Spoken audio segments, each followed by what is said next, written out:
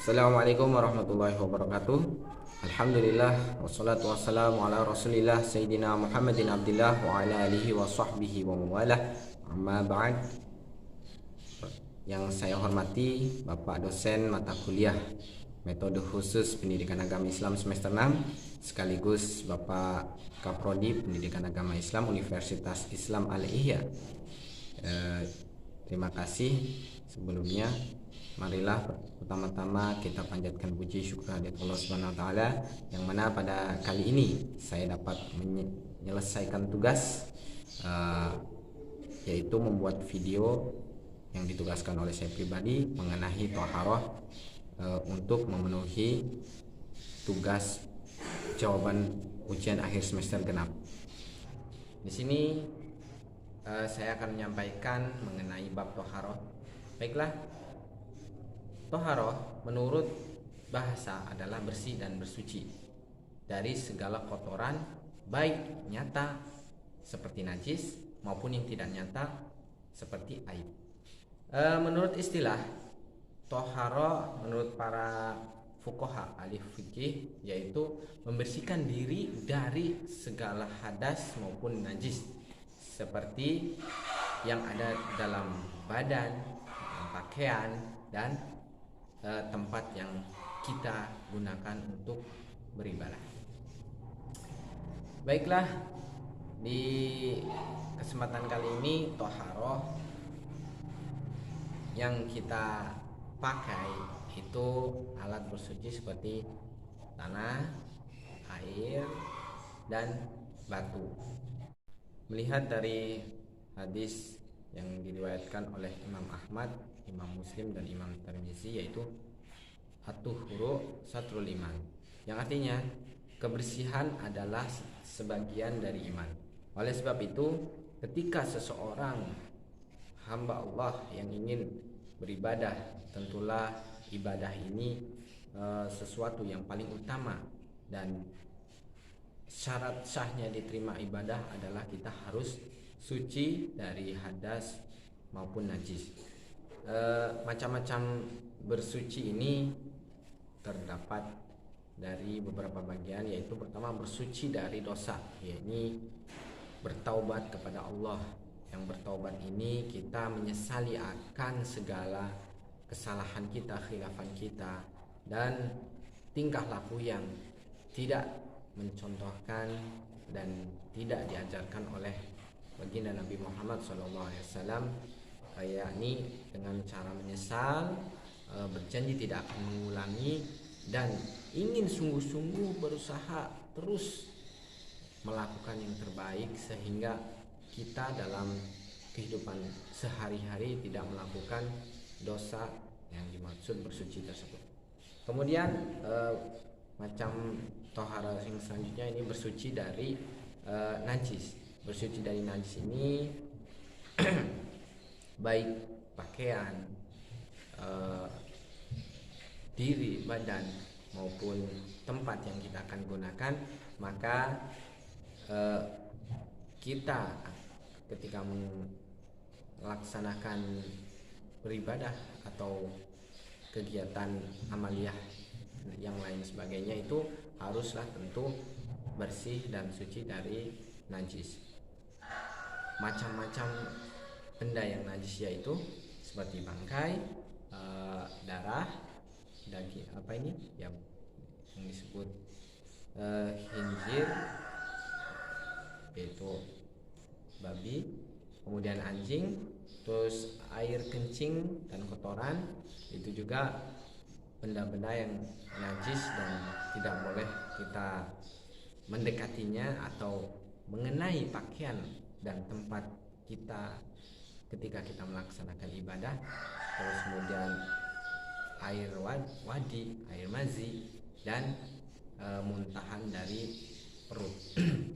Kemudian najis ini tentu terbagi menjadi 3. Yang pertama najis mukhaffafah.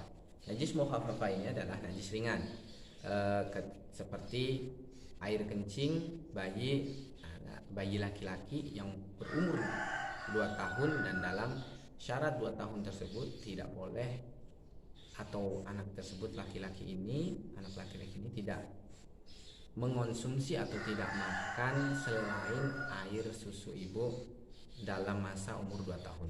Kemudian bagian najis yang kedua adalah najis mukhaladah mutawasitoh, yaitu najis pertengahan.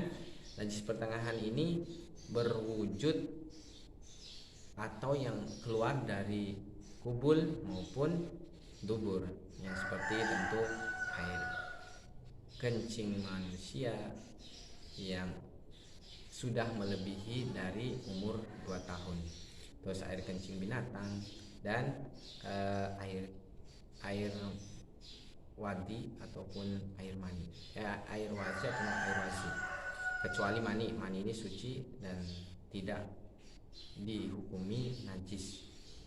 Kemudian najis yang ketiga adalah najis mukhaladah. Najis mukhaladah ini adalah najis yang najis berat. Tingkatan najis ketiga ini berat seperti apa? Seperti najis babi, najis anjing. Nah, najis yang ketiga ini adalah najis yang berat ketika kita akan melaksanakan beribadah kepada Allah, maka najis tersebut cara membersihkannya tentulah berat. Karena kenapa? Harus mencukupi atau memenuhi syarat-syarat yang ditentukan, baik itu dari seluruh badan binatang kedua tersebut. Maka najis ini berwujud najis yang kemudian disucikan dengan air bersih secara 7 kali. Kemudian salah satunya dari 7 air tersebut dicampuri dengan tanah atau debu yang suci pula. Penutup atau kesimpulan yang dapat kita ambil dari materi yang saya jelaskan tadi, mungkin kita dapat artikan toharoh adalah bersuci atau bersih dari segala hadas maupun najis, yang mana di sana terdapat najis mukhafafah, mutawassithah, najis mukhaladah yang wajib kita bersihkan ketika hendak melaksanakan peribadatan menuju Allah SWT, yang mana ibadah ini adalah sesuatu yang sangat unggul, sangat utama. Ketika manusia ingin melaksanakan ibadah, haruslah suci baik dari diri, pakaian maupun tempat yang kita gunakan. Yang mana macam-macam toharoh tersebut terbagi menjadi 3, dengan cara mandi, tayamum, dan istinja. Mungkin itu saja yang dapat saya sampaikan. Kesimpulannya, hikmahnya tentulah Islam mengajarkan untuk hidup bersih, karena bersih adalah sesuatu sebagian dari iman.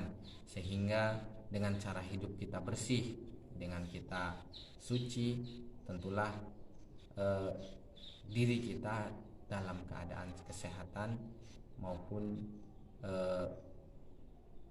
sehat rohani maupun batin dalam kehidupan sehari-hari. Maka dari itu kesimpulannya, suci atau bersih ini kita harus tetap melaksanakan atau menggunakan dalam kehidupan sehari-hari, agar kehidupan dan aktivitas ibadah kita menuju Allah SWT tentulah dalam lindungan dan diterimanya suatu ibadah seorang hamba kepada Sang Pencipta, yakni Allah SWT, ya, yang kita laksanakan untuk kehidupan sehari-hari. Baiklah, mungkin itu saja yang dapat saya sampaikan, saya paparkan melalui materi toharoh ini menggunakan video pada kesempatan kali ini. Kurang lebihnya mohon maaf. Ditutup dengan akhirul kalam, Wassalamualaikum warahmatullahi wabarakatuh.